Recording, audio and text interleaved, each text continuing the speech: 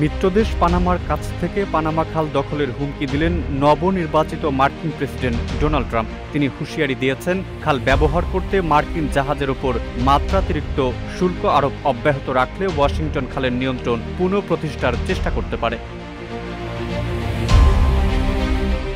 বিশ্ব বাণিজ্যের প্রায় ৫% পরিচালনা হয় পানামা খাল দিয়ে। জাহাজের ধরন এবং এর পণ্য সম্ভারের উপর নির্ভর করে $৫০ থেকে শুরু করে ৩ লাখ পর্যন্ত ফি দিতে হয়। ১৯১৪ সালে ওয়াশিংটনের নেতৃত্বে নির্মিত বাণিজ্য রুটটি তখন থেকেই যুক্তরাষ্ট্রের জন্য গুরুত্বপূর্ণ ছিল। ১৯৭৭ সালে মার্কিন প্রেসিডেন্ট জিমি কার্টার স্বাক্ষরিত একটি চুক্তি হয়, যে চুক্তিতে বলা হয় যুক্তরাষ্ট্র খালের পূর্ণ নিয়ন্ত্রণ পানামার কাছে হস্তান্তর করবে। পরে ৩১ ডিসেম্বর ১৯৯৯ মার্কিন যুক্তরাষ্ট্র পানামার কাছে খালের পূর্ণ নিয়ন্ত্রণ হস্তান্তর করে।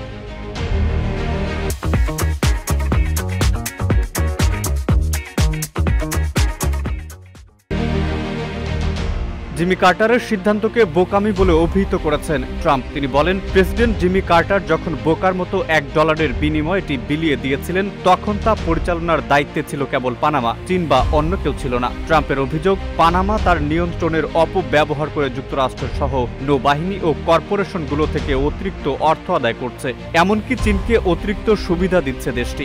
স্থানীয় সময় শনিবার ট্রুথ সোশ্যাল নেটওয়ার্কে লেখা পোস্টে ট্রাম্প বলেন, যুক্তরাষ্ট্র পানামাকে যে অসাধারণ উদারতা দিয়েছে তা জেনেও পানামা যে ফি নিচ্ছে তা হাস্যকর। ট্রাম্প হুঁশিয়ারি উচ্চারণ করে বলেন, পানামা যদি যুক্তরাষ্ট্রের উদারতা ভুলে যায় এবং নৈতিক ও আইনি নীতি অনুসরণ না করে, তাহলে ওয়াশিংটন কোনো প্রশ্ন ছাড়াই পানামা খাল আমাদের কাছে ফিরিয়ে দেওয়ার দাবি জানাবে। ট্রাম্পের মতে, ওয়াশিংটন কৌশলগত ওই খালের নিয়ন্ত্রণ ভুল হাতে পড়তে দেবে না। মূলত চীনকে বেশি সুযোগ দেওয়া হচ্ছে অভিযোগ করে ট্রাম্প এমন মন্তব্য করেছেন বলে মত দিয়েছেন বিশেষজ্ঞরা।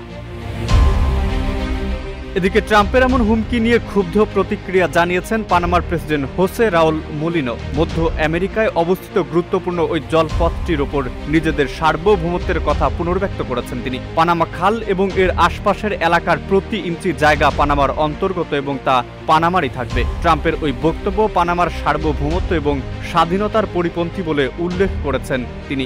অন্যদিকে ট্রাম্পের এমন বক্তব্যের করা প্রতিক্রিয়া জানিয়েছে বেইজিং জানায়, খালটি পানামার একটি অসামান্য সৃষ্টি, এটি পুরো পৃথিবীকে এক করেছে। উল্লেখ্য, খালটির ইতিহাসে মার্কিনীদের অসামান্য অবদান রয়েছে। এছাড়া খালটিতে মার্কিনীদের উল্লেখযোগ্য সামরিক সম্পৃক্ততা রয়েছে। ১৯৮৯ সালে পানামা মার্কিন আগ্রাসনের লক্ষ্যবস্তুতে পরিণত হয়েছিল।